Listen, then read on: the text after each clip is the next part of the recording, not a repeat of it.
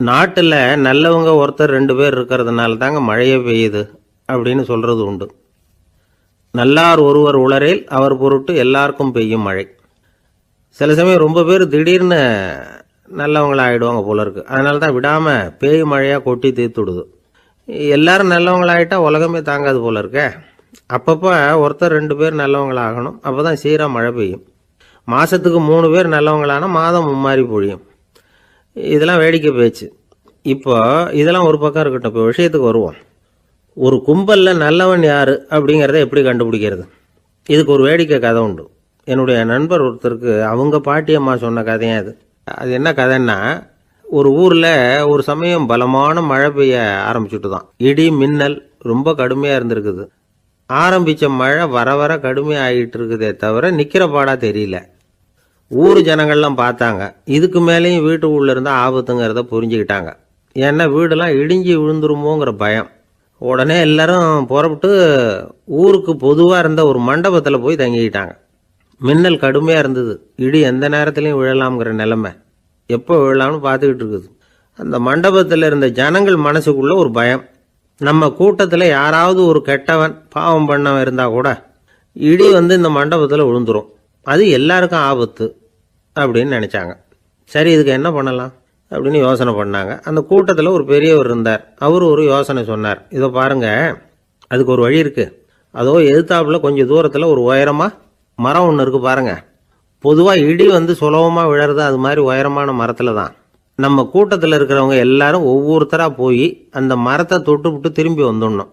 நம்மள பாவம் பண்ணவன் யாரோ அவன் அந்த மரத்தை தொடுற சமயத்தில் இடி விழுந்துடும். அவன் மட்டும் போயிடுவான். மண்டபத்தில் இருக்கிற நாமெல்லாம் பொழைச்சிக்கலாம் அப்படின்னு ஐடியா கொடுத்தார் அந்த பெரியவர். இது நல்ல யோசனையாக பட்டது. எல்லாரும் ஒத்துக்கிட்டாங்க. ஒவ்வொருத்தராக போய் அந்த மரத்தை தொட்டு விட்டு திரும்பி வந்தாங்க. இடி எதுவும் விழலை. இன்னமும் பாவம் பண்ண ஆசாமி அதை போய் தொடலை போல இருக்கு அப்படின்னு நினச்சிக்கிட்டாங்க. ஒவ்வொருத்தராக போகிறாங்க. எல்லாரும் போய் தொட்டு விட்டு வந்தாச்சு. இன்னும் ஒரே ஒரு ஆசாமி தான் பாக்கி. கடைசியாக இருந்த அந்த ஆள் பயந்துட்டான். இது வரைக்கும் இடி விழலைன்னா இப்போ என்ன அர்த்தம்?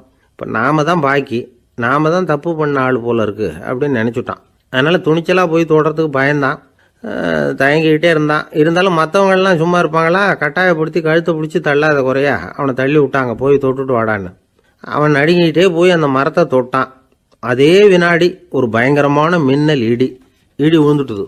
எங்கே விழுந்தது தெரியுமா? அந்த ஆள் மேலே இல்லை, மண்டபத்தில் விழுந்தது. மண்டபத்தில் இருந்தவங்க பூரா காலி. அந்த ஒரு ஆள் மட்டும் புழைச்சிக்கிட்டான். இந்த ஒரு ஆளை காப்பாற்றுறதுக்காக தான் இடி மண்டபத்தில் விழாமல் இருந்திருக்குது. இதுதான் கதை. அதனால் நல்லவங்க எப்படியும் தப்பிச்சுக்குவாங்க அப்படிங்கிறது ஒரு நீதி. ஒருத்தன் அப்படி தான் தெருவில் நடந்து போய்கிட்டு இருந்தான். ரொம்ப நல்லவன். எதிரில் ஒருத்தன் சைக்கிளில் வந்துக்கிட்டு இருந்தான். அதில் மோதி இவன் கீழே விழுந்துட்டான். சைக்கிள்காரன் உடனே இறங்கி இவனை தூக்கி விட்டான். இவன் எழுந்திரிச்சு அவனை முறைச்சி பார்த்தான்.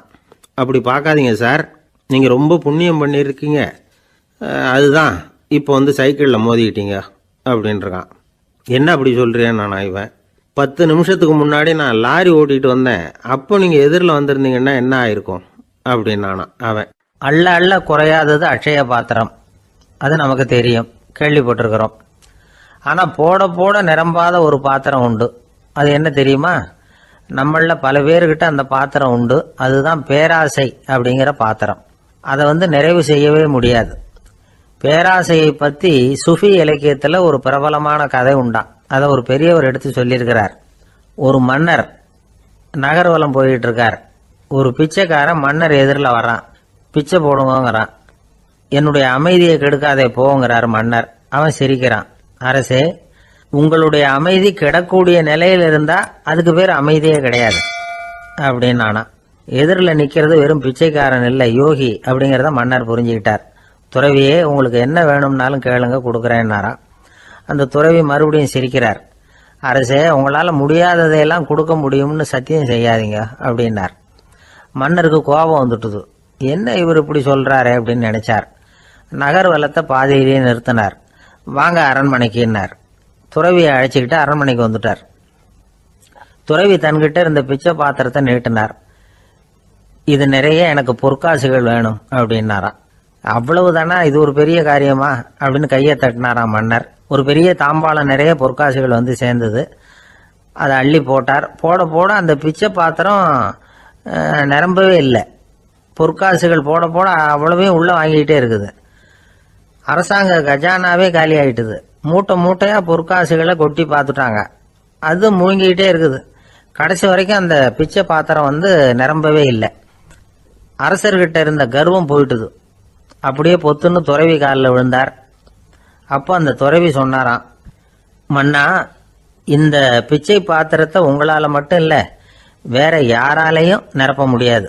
அதுக்கு என்ன காரணம்னா, இது சாதாரண பிச்சை பாத்திரம் இல்லை, பேராசைகளோட வாழ்ந்து செத்து போன ஒரு மனிதனின் மண்டை ஓடுது அப்படின்னாராம். பாருங்க, இதுதான் அந்த சுஃபி இலக்கிய கதை. செத்த பிறகும் நிறைவு இல்லைன்னா அது எப்பேற்பட்ட பேராசையா இருக்கும்னு யோசிச்சு பார்த்துங்க. நம்மால் ஒருத்தர் கல்யாணம் பண்ணிக்க பொண்ணு பார்த்துக்கிட்டு இருந்தார். அழகு, அறிவு, படிப்பு எதுவும் தேவையில்லை, பணம் மட்டும் இருந்தா போதும் அப்படின்னு பார்க்குறவங்க கிட்ட எல்லாம் சொல்லி வச்சார். ரொம்ப நாளைக்கு அப்புறம் ஒரு பணக்காரர் கிடைச்சார். அவர் சொன்னார், இதை பாருங்க, எனக்கு 20 வயசுல ஒரு மகள், அவளை நீங்க கல்யாணம் பண்ணிட்டா 2 லட்சம் பணம் கொடுப்பேன். 25 வயசுல ஒரு பொண்ணு, அவளை கல்யாணம் பண்ணிட்டா 2.5 லட்சம் தருவேன். 30 வயசுல ஒரு பொண்ணு இருக்கா, அவளை கல்யாணம் பண்ணிட்டா 3 லட்சம் தருவேன். என்ன சொல்ற அப்படின்னாராம். இவன் கொஞ்ச நேரம் யோசிச்சு பார்த்துருக்கான். அதுக்கப்புறம் மெதுவாக அவரை நிமிர்ந்து பார்த்து, ஏன் சார், உங்ககிட்ட 50 வயசுல ஏதாவது பொண்ணு இருக்கா அப்படின்னு கேட்டானா. ஒரு பெரிய அரசன் இந்த உலகம் பூராவையும் ஆண்டுகிட்டு இருந்தான். ரொம்ப காலம் அப்படி அரசாட்சி பண்ணிக்கிட்டு இருந்தான். திடீர்னு அவனுக்கும் சில எதிரிகள் முளைச்சாங்க. அவங்கெல்லாம் ஒன்று சேர்ந்து இவனை தோற்கடிச்சுட்டாங்க. தோற்று போனது இவனுக்கு பயம் வந்துட்டுது, எங்கே எதிரிகள் நம்ம கொண்டுடுவாங்களோ அப்படின்னு. வெளியில் வந்தால் தனக்கு ஆபத்துன்னு பயந்துக்கிட்டு யாருக்கும் தெரியாமல் ஒரு குகைக்குள்ளே போய் பதுங்கி கிடக்கிறான். நிலைமையை பாருங்கள். முதல் நாள் அரண்மனையில் அதிகாரம் பண்ணிக்கிட்டு இருந்தவன் மறுநாள் குகையில் பயந்து போய் பதுங்கி கிடக்கிறான். ராத்திரி நேரம் வந்தது, பசி வயத்தை கிள்ளுது, பிச்சை எடுத்து சாப்பிட வேண்டிய நிலைமை. பிச்சை எடுக்கிறதுக்கு பாத்திரம் வேணுமே, என்ன பண்ணுறது அப்படின்னு அங்கேயும் இங்கேயும் பார்க்குறான். ஒரு மூலையில் யாரோ விட்டுட்டு போன ஒரு ஓடு கிடக்குது. அதை எடுத்துக்கிட்டு புறப்பட்டான். இருட்டில் வழி புரியல. ஏதோ ஒரு யூகத்தில் காலை மெதுவாக எடுத்து வச்சு நடந்து போயிட்டுருக்கிறான். வழியில் ஒரு கருப்பு நாய் படுத்து கிடந்தது. இருட்டில் அவன் இது கண்ணுக்கு சரியாக தெரியல. அவனுக்கு தவறி போய் காலை வச்சுட்டான் அது மேலே. நாய் சும்மா இருக்குமா, வள்ளுன்னு விழுந்து கடிச்சு விட்டுது. காலை பார்க்குறான், காலத்தையும் நினச்சி பார்க்குறான். அரண்மனையில் வீரக்கழல் அணிந்த காலை உடைய மன்னா அப்படின்னு புகழ்வாங்களே புலவர்கள்லாம்.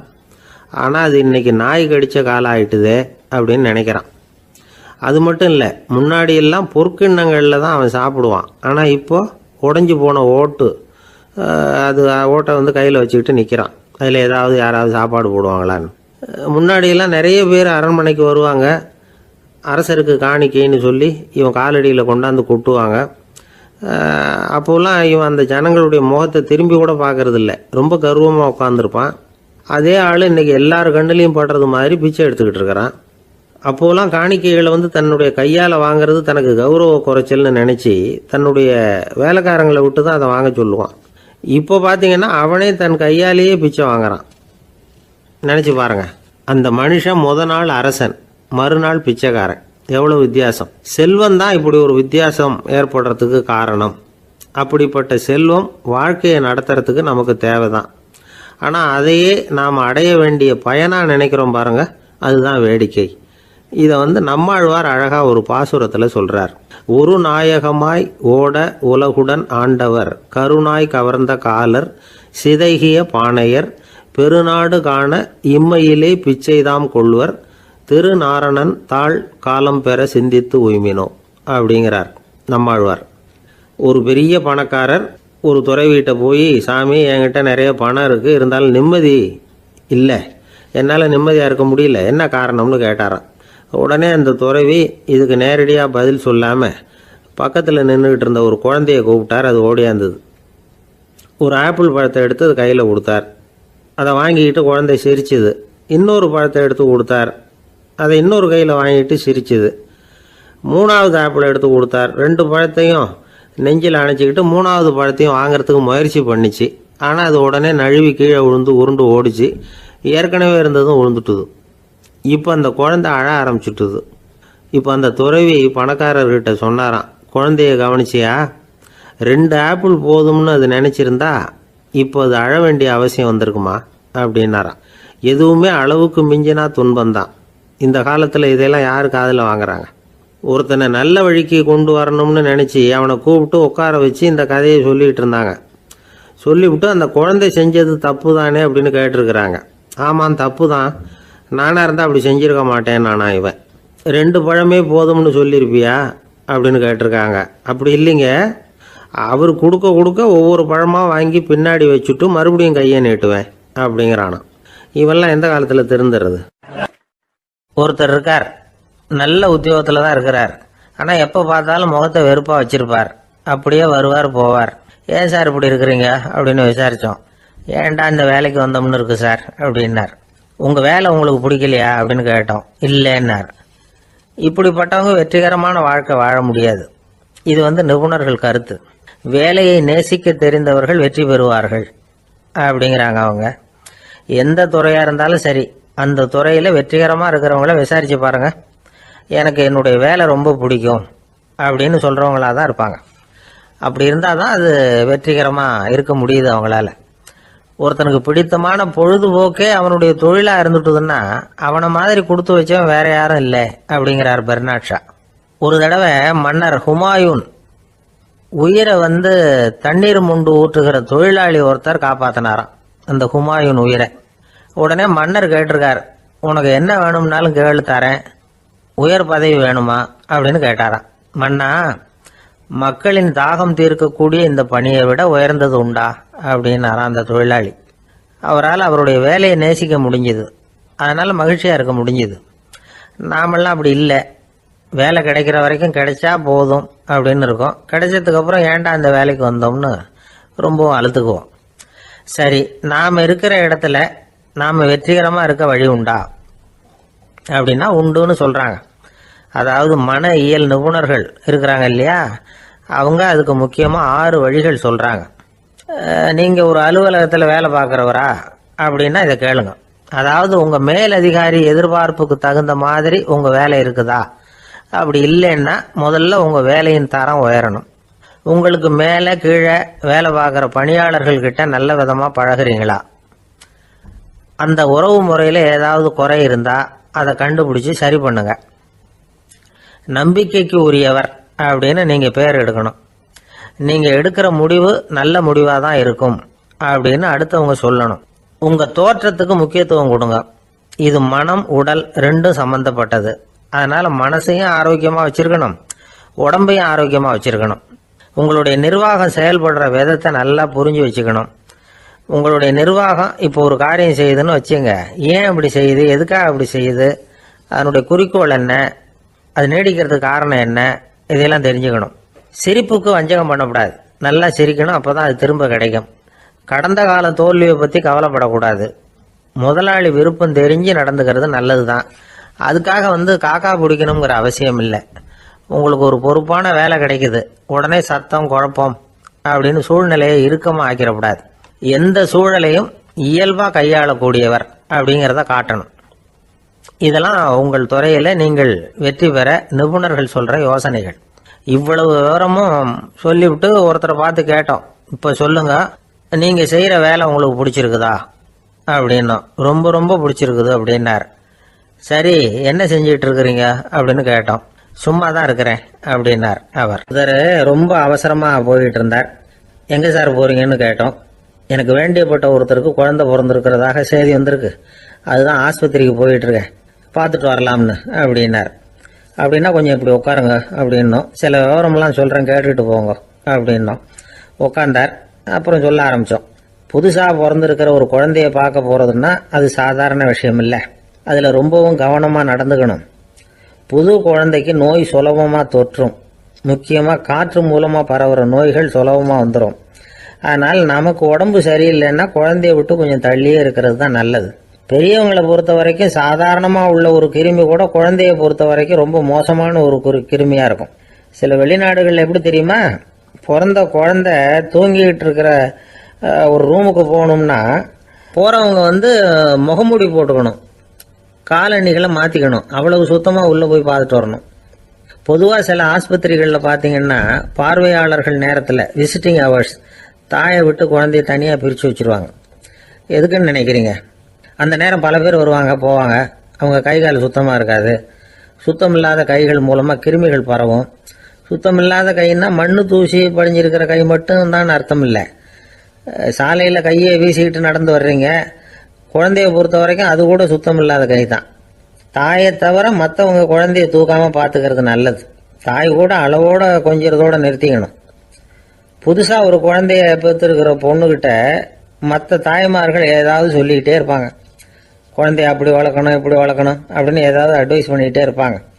இப்படி ஓவராக அறிவுரை பண்ணுறது அந்த பொண்ணை குழப்பி விட்டுரும்.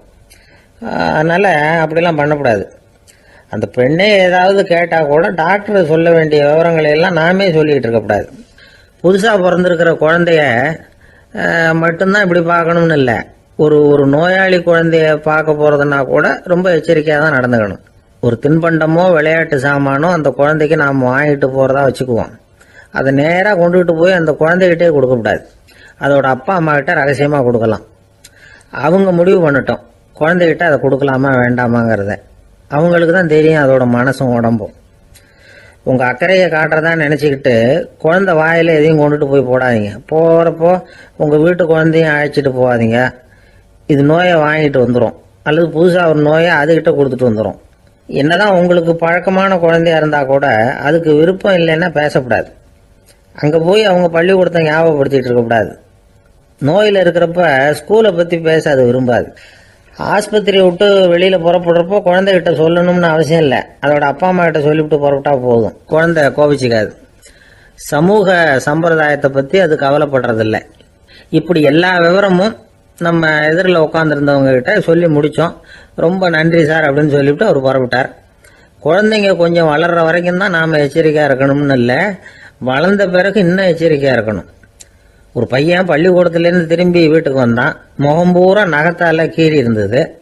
அப்பா பார்த்து பயந்துட்டார். யாருடா உன்னை இப்படி பண்ணது அப்படின்னார். என் கூட படிக்கிற இன்னொரு பையன்னா. நாளைக்கு உன் கூட பள்ளிக்கூடத்துக்கு வர்றேன், நீ எனக்கு அவனை அடையாளம் காட்ட முடியுமான்னார். அது ரொம்ப சுலபம் நான் பையன். எப்படின்னார் அப்பா. அவன் காதில் ஒன்று கையோடு எடுத்துகிட்டு வந்திருக்கிறேன், இதோ என் பையில தான் வச்சுருக்கேன் அப்படிங்கிறான் அந்த பையன். ஒரு நாள் ஒரு 10-15 பள்ளிக்கூடத்து பிள்ளைங்க தேடிட்டு வந்தாங்க. உங்களை பார்த்துட்டு தான் போகணும், அதுக்காக தான் வந்திருக்கோம்னாங்க. என்ன விஷயம்னு கேட்டோம். நாங்கள்லாம் கூடி ஒரு முடிவு பண்ணியிருக்கிறோம், அதை உங்ககிட்ட சொல்லணும் அப்படின்னாங்க. அதுவும் ஒரு வாண்டு பையன் அதை சொன்னான். என்ன முடிவு அது அப்படின்னு கேட்டோம் ரொம்ப ஆர்வமாக. அதை இப்போ சொல்ல மாட்டோம், எங்களுக்கு பிடிக்கிற மாதிரி ஏதாவது ஒரு தகவல் சொன்னால் அதுக்கப்புறம் நாங்கள் அதை சொல்கிறோம் அப்படின்னா அந்த வாண்டு பையன். சரி, சின்ன பையன்கிட்ட இன்றைக்கி வசமாக மாட்டிக்கிட்டோம் அப்படின்னு நினச்சிக்கிட்டு அவங்களுக்கு தகுந்த மாதிரி ஒரு கதை சொல்ல ஆரம்பித்தோம். அது என்ன கதைன்னா, ஒரு பெரிய காடு, அதில் பலவிதமான மிருகங்கள். அந்த காட்டுக்கு ஒரு சிங்கம் தான் ராஜா. எப்பவும் காட்டுக்கு அது தானே ராஜா. ஒரு பெரிய யானைக்கு இது பொறுக்கலை. என்ன இது, எப்போ பார்த்தாலும் இங்கே சிங்கத்துக்கே ராஜா பதவி கிடைக்குது, நான்லாம் எவ்வளவு பலசாலியாக இருக்கிறேன், அப்படி இருந்தும் எனக்கு அந்த பதவி கிடைக்கலையே அப்படின்னு தனக்குள்ளே பொறுமிக்கிட்டே இருந்தது. ராஜா பதவியை நினச்சி ரொம்ப ஏக்கம், அதுக்கு பதவி மோகம். இந்த சமயம் பார்த்து ஒரு குள்ள நரி கூட்டம் அதை தேடிட்டு வந்தது. ஐயா பெரியவங்களே, நீங்கள் இந்த காட்டுக்கு ராஜாவாக இருக்க ஆசைப்படுறீங்க, அதில் ஒன்றும் தப்பு இல்லை. ஆனால் அதுக்கு முன்னாடி நீங்கள் எங்கள் கூட்டத்துக்கு கொஞ்ச நாள் தலைவராக இருங்க, அதாவது ராஜாவாக இருங்களேன், உங்களுக்கும் ஒரு ட்ரைனிங் கிடைச்சது மாதிரி இருக்கும் அப்படின்னு சொல்லியிருக்குது இந்த கூட்டம், குள்ள நரி கூட்டம். இதை கேட்ட உடனே யானைக்கு ரொம்ப சந்தோஷம் தாங்கலை. அதுதான் எப்போன்னு பதவிக்காக காத்துக்கிட்டு இருக்குதே. இருந்தாலும் கொஞ்சம் பிகுவோட, சரி நீங்கள்லாம் இவ்வளோ தூரம் என்ன தேடிட்டு வந்து கேட்கறதுனால மறுக்க முடியல அப்படின்னு ரொம்ப ஏதோ அவளுக்கு சிரமப்பட்டு ஒத்துக்கிறது மாதிரி ஒத்துக்கிட்டது. ஏதோ உங்கள் ஆசைக்கு கட்டுப்படுறேன், கொஞ்ச நாள் உங்கள் கூட்டத்துக்கு ராஜாவாக இருக்கிறதுக்கு சம்மதிக்கிறேன் அப்படின்னுது. உடனே அந்த யானை ராஜ நட போட ஆரம்பிச்சிட்டுது. யானை சாதாரணமாக நடந்தாவே எப்படி இருக்குங்கிறது நமக்கு தெரியும். அதுவே ராஜ நடந்தால் எப்படி இருக்கும் கற்பனை பண்ணி பாருங்கள். யானை முன்னாடி கம்பீரமாக போய்கிட்டு இருக்குது, தலைவர் இல்லையா, அதனால் குள்ள நரிகள்லாம் ரொம்ப அடக்கமாக அது பின்னாடி அணிவகுத்து போயிட்டு இருக்குது. ராஜா வாழ்க, மன்னர் வாழ்க அப்படின்னு கோஷம் வேற. யானைக்கு தலைகால் புரியல, அவ்வளவு சந்தோஷம்.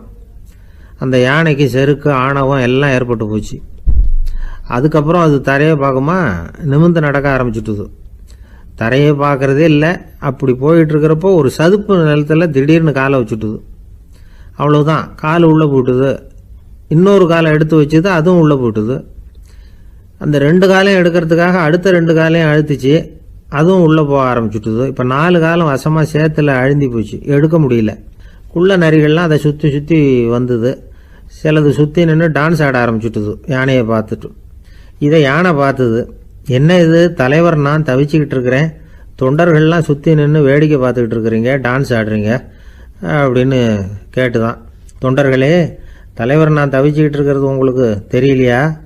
இப்போ உடனே உங்கள் தலைவரை காப்பாற்ற வேண்டியது உங்கள் கடமை இல்லையா அப்படின்னு கத்துச்சான் அந்த யானை. குள்ள நரிகளில் ஒன்று முன்னாடி வந்து நின்று அந்த யானையை பார்த்து தான், தலைவரே, எங்களுக்கு ரொம்ப நாளாக ஒரு ஆசை, அந்த ஆசையை நிறைவேற்றிக்கிறதுக்காகத்தான் உங்களை எங்கள் தலைவராக ஏற்றுக்கிறோம்னு சொன்னோம் அப்படின்னு தான். என்ன ஆசைன்னு கேட்டிருக்கு யானை.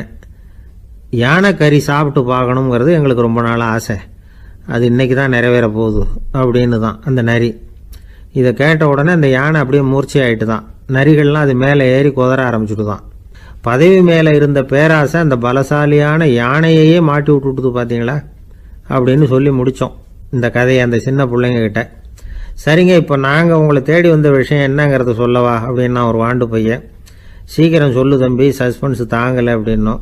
அவன் மெதுவாக எங்களை பார்த்து சொல்கிறான், எங்களுக்கு கொஞ்ச நாள் நீங்கள் தலைவராக இருந்தால் தேவலை அப்படின்னா. ஒரு பெரிய தத்துவ சிந்தனையாளர் இருந்தார், சுவாங்சு அப்படின்னு பேர். அவருடைய மனைவி ஒரு நாள் திடீர்னு காலமாயிட்டாங்க. ஐயோ பாவம், அவர் ரொம்ப வருத்தப்படுவார், போய் ஆறுதலாக 4 வார்த்தை பேசிவிட்டு வரலாம் அப்படின்னு நினச்சிக்கிட்டு நிறைய பேர் அவரை தேடிட்டு வந்தாங்களாம். வந்தவங்களுக்கு ஆச்சரியம், ஏன்னா இவர் வருத்தப்பட்டுக்கிட்டு இருப்பார் அப்படின்னு தானே எதிர்பார்த்தாங்க. அப்படி இல்லை, தாளம் போட்டுக்கிட்டு உட்காந்துருக்கிறார், தாளத்துக்கு தகுந்த மாதிரி பாட்டு வேற பாடிக்கிட்டு இருக்கிறார். என்ன மனுஷன் அவர், கொஞ்சம் கூட கவலை இல்லாமல் இப்படி இருக்கிறாரு அப்படின்னு நினச்சாங்க. ஒருத்தர் துணிஞ்சு அவர்கிட்ட கேட்டுவிட்டார், என்னங்க இது இப்படி அப்படின்னு. அதுக்கு அவர் என்ன சொன்னார் தெரியுமா? இதை பாருங்க, என்னுடைய மனைவி பிறக்கிறதுக்கு முன்னாடி அவளுக்கு உயிரும் கிடையாது, உடலும் கிடையாது. அதுக்கு பிறகுதான் உயிர் வந்தது, உடல் வந்தது, அந்த உருவம் வந்தது. இப்போ என்ன ஆச்சு, அந்த உருவமும் உயிரும் போயிட்டுது, அவ்வளவுதானே. வந்தது போயிட்டுது. இளவேனில் காலம், இலையுதிர் காலம், பனிக்காலம், இப்படி பருவங்கள் வந்து மாறி மாறி வருது இல்லையா? அது மாதிரி பிறப்பும் இறப்பும் மாறி மாறி வருது, இது இயற்கை. இதுக்காக அழுதா அது எப்படி அப்படின்னாராம். ஞான தெளிவு அடைஞ்சவங்களுக்கு எல்லாமே சுகம்தான். திருவள்ளுவரும் அதை தான் சொல்றார், உறங்குவது போலும் சாக்காடு, உறங்கி விழிப்பது போலும் பிறப்பு. தூங்குறதுக்கெல்லாம் நாம் வருத்தப்பட்டுக்கிட்ட இருக்கிறோமா? இன்னைக்கு தூங்க வேண்டியிருக்குதே, இன்னும் கொஞ்சம் நேரத்தில் நான் தூங்க வேண்டியிருக்கு அப்படின்னு சொல்லி யாராவது அழுதுகிட்டு இருப்பாங்களா? அதனால் இந்த உலக வாழ்க்கையினுடைய இயல்பை வந்து யதார்த்தத்தை நாம் தெளிவாக புரிஞ்சுக்கணும். அப்படி புரிஞ்சுக்கிட்டா நாம் கவலை இல்லாமல் வாழ முடியும். ஒரு வயசான தாத்தா பாட்டி 60 வருஷத்துக்கு முன்னாடி அவங்களுக்கு கல்யாணம் ஆச்சு, ஒன்றாவே வாழ்ந்தாங்க, ஒன்றாவே இறந்து போனாங்க. இப்போ அவங்க 2 பேரும் சொர்க்கத்துக்கு போய் சேர்ந்தாங்க. அங்கே எல்லா வசதியும் இருந்தது. ஒரு பெரிய பங்களாவே இவங்களுக்கு ஒதுக்கி கொடுத்தாங்களாம். இதுக்கு எவ்வளவு வாடகைன்னு கேட்டார் தாத்தா. வாடகையெல்லாம் கிடையாது, இலவசம் அப்படின்னார் அங்கே இருந்தவர். அந்த வீட்டுக்கு பின்னாடி ஒரு பெரிய புல்வெளி இருந்தது. இதில் விளையாட ஏதாவது கட்டணம் உண்டான்னு கேட்டிருக்கார் தாத்தா. அதெல்லாம் ஒன்றும் கிடையாது, பணம்லாம் கட்ட வேண்டியதில்லை அப்படின்னார் அவர். பக்கத்தில் ஹோட்டல் மாதிரி ஒரு பெரிய கட்டடம், உள்ள சாப்பாட்டு மேஜைகள், அது மேலே விதவிதமான பலகாரங்கள். சாப்பாட்டுக்கெல்லாம் எவ்வளவு அப்படின்னு விசாரிச்சாராம் தாத்தா. அதுதான் சொன்னேனே, இங்கே எல்லாமே இலவசம்தான், எது வேணும்னாலும் சாப்பிட்லாம், எவ்வளவு வேணும்னாலும் சாப்பிட்லாம் அப்படின்னாராம். நீங்கள் சொல்கிறீங்க அப்படி, ஆனால் நான் வந்து சர்க்கரை சேர்த்துக்கக்கூடாது, உப்பு சேர்த்துக்கக்கூடாது, பாட்டி கையால் எப்பவும் பத்திய சாப்பாடு தான் அப்படின்னாராம் தாத்தா. இதை பாருங்கள், இங்கே உங்களுக்கு அந்த கவலையும் வேண்டியதில்லை. இங்கே நீங்கள் ஸ்வீட்டு சாப்பிட்லாம், காரம் சாப்பிட்லாம், உங்களுக்கு எந்த நோயும் வராது அப்படின்னாராம் அங்கே சொர்க்கத்தில் இருந்தவர்.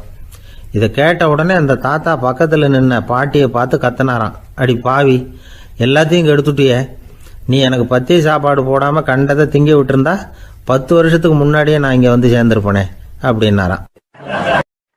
அமெரிக்க ஜனாதிபதி ஆப்ரஹாம் லிங்கன் ஒரு நாள் தன்னோட கோச்சு வண்டியில் தலைநகரான வாஷிங்டனுக்கு போயிட்டு இருக்கிறார். கோச்சு வண்டி ஒரு சாலையில் போயிட்டு இருக்கு. அந்த சாலைக்கு ஒரு பக்கத்தில் பயங்கரமான சதுப்பு நிலம். சதுப்பு நிலம்னா அது புதைகுழி, புதை மணல்ங்கிறோம்ல, அது மாதிரி. அந்த சதுப்பு நிலத்தில் யாராவது மாட்டிக்கிட்டா அவ்வளோதான், ஆளை கொஞ்சம் கொஞ்சமாக உள்ள அமுக்கிவிடும், தப்பிச்சு கரையேறது கஷ்டம். அப்படிப்பட்ட நிலம் அது. ஆப்ரஹாம் லிங்கன் ஏதோ ஒரு முக்கியமான அரசாங்க வேலையாக போயிட்டு திரும்பி வந்துகிட்டு இருக்கிறார். அதனால் அந்த சமயத்தில் அவர் விலை வசந்த ஆடைகளை அணிஞ்சிருக்கிறார். அப்படி அவர் அந்த கோச்சு வண்டியில் வந்துகிட்டு இருக்கிறாரு. அந்த சமயத்தில் ஒரு காட்சி அவர் கண்ணில் போட்டுவிட்டது. என்ன தெரியுமா? ரோட்டுக்கு பக்கத்தில் இருந்த சதுப்பு நிலத்தில் ஒரு இளம் பன்றி குட்டி சிக்கிக்கிட்டு தவிச்சிக்கிட்டு இருக்குது, பரிதாபமாக கத்திக்கிட்டு இருக்குது. அதை பார்த்தார் லிங்கன். அவருக்கு என்ன மாதிரி ஆயிட்டுது. உடனே வண்டியை நிறுத்த சொன்னார். கீழே இறங்கினார். தன்னோட விலை வசந்த ஆடைகளை பற்றி லட்சியம் பண்ணவே இல்லை. தனக்கே ஆபத்து வரலாம்ங்கிறத பற்றியும் கவலைப்படலை. தான் ஒரு குடியரசுத் தலைவருங்கிறத பற்றியும் அவர் நினச்சி பார்க்கல. நேராக அந்த சதுப்பு நிலம் பக்கமாக போனார். அந்த சேத்துல இறங்கி பன்றிக்குட்டியை காப்பாற்றி கரைக்கு கொண்டுட்டு வந்து சேர்த்துட்டார். அதுக்கப்புறம் நிம்மதியாக கோச்சு வண்டியில் ஏறி வெள்ள மாளிகைக்கு வந்து சேர்ந்தார். ட்ரெஸ்ஸு, உடம்பு பூரா சேறு சகதி. பார்க்குறவங்களுக்கெல்லாம் ஆச்சரியமாக போச்சு. அவங்களுக்கு ஒன்றும் புரியல.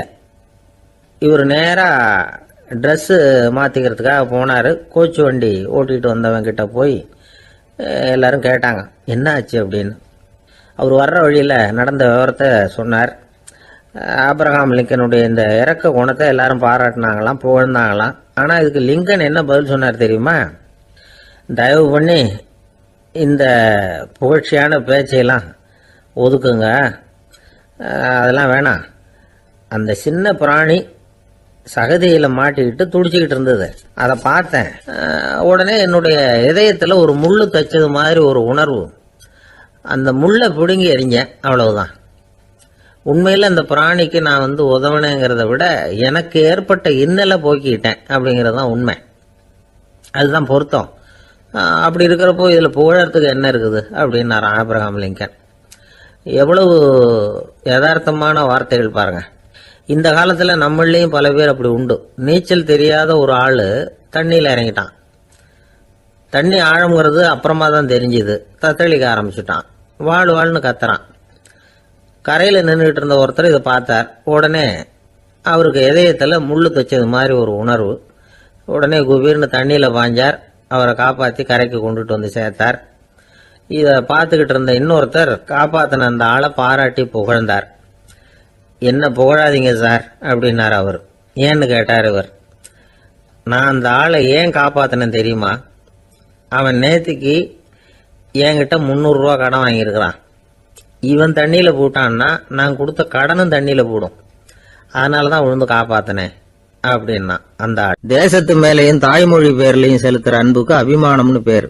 தேசாபிமானம்னு சொல்றமே இதுதான். ஒரு கணவன் மனைவி பேர்ல காட்டுற அன்புக்கு காதல்னு பேரு. கடவுள் பேர்ல செலுத்துற அன்புக்கு பக்தின்னு பேரு. இப்படி அன்புல பல ரகம் இருக்கிறப்போ அதுல உள்ள வித்தியாசம் தெரியாம இடம் மாத்தி அன்பு காட்டினா இடைஞ்சல் தான். சரி, இந்த அன்பை பத்தி விஞ்ஞானம் என்ன சொல்லுது தெரியுமா? இதயத்தை பாதுகாக்கிறதுக்கு முக்கியமா தேவைப்படுற ஒண்ணு இந்த அன்புதான்னு சொல்லுது. நெதர்லாந்து விஞ்ஞானிகள் இதை ஆராய்ச்சி பண்ணியே கண்டுபிடிச்சிருக்கிறாங்க. கொஞ்சம் முயல் குட்டிகளை 2 பிரிவா பிரிச்சாங்க. 2 குரூப்புக்கும் கொழுப்பு அதிகமா உள்ள ஆகாரத்தையே கொடுத்துட்டு வந்தாங்க. ஆனா ஒரு குரூப்புக்கு வெறுமன ஆகாரத்தை கொடுத்ததோட சரி, இன்னொரு குரூப் முயல்களுக்கு ஆகாரம் கொடுத்ததோட நிறுத்திக்கல. அதுக்கு முன்னாடி கூண்டுகளை திறந்து விட்டு முயல்களை கொஞ்ச நேரம் எடுத்து கொஞ்சி விட்டு அதுக்கப்புறமா ஆகாரம் கொடுத்தாராம் ஆராய்ச்சியாளர். இந்த குரூப்புக்கு இதய பாதிப்பு 60% குறைச்சலா இருந்துதான். சில நோயாளிகளுக்கு ஹார்ட் அட்டாக் வந்தாலும் அதை தாங்கிக்கிட்டு குணமாகிற சக்தி அதிகமா இருக்குது. இது எப்படின்னு ஆராய்ச்சி பண்ணி பார்த்துருக்கிறாங்க. அவங்கெல்லாம் மனைவி தன் பேர்ல ரொம்ப அன்பா இருக்கிறதாக நினைக்கிறவங்களா இருக்கிறாங்களாம். இதய நோயாளிகள் பல பேரை சந்திச்சு இதய நோய் ஏற்பட என்ன காரணம்னு கேட்டிருக்கிறாங்க. அவங்க சொன்ன காரணம்லாம் சாப்பாடு சம்பந்தமா இல்லையா, மனைவி அன்பா இல்ல, இப்படிப்பட்ட காரணத்தை தான் சொல்றாங்களாம். அதனால இதயத்தை பாதுகாக்கணும்னு நினைக்கிறவங்க அடுத்தவங்க அன்பா இருக்கிறது மாதிரி பாத்துக்குங்க, அதுதான் முக்கியம். ஒருத்தர் முகம் பூரா பிளாஸ்டரி போட்டுட்டு வந்தார். ரொம்ப கோபமா, என்னங்க ஆச்சுன்னு விசாரிச்சேன். எல்லாம் உங்களால தான் சார்னார். விவரமா சொல்லுங்களேன். என்ன உங்க தகவலை கேட்டுட்டு ஒரு பூனைக்குட்டியை கையில எடுத்தேன், அன்பா அதை தடவி கொடுக்கறதுக்காக. ஆனா அது முந்திக்கிட்டது, அது என் முகத்தை தடவி கொடுத்துட்டுது.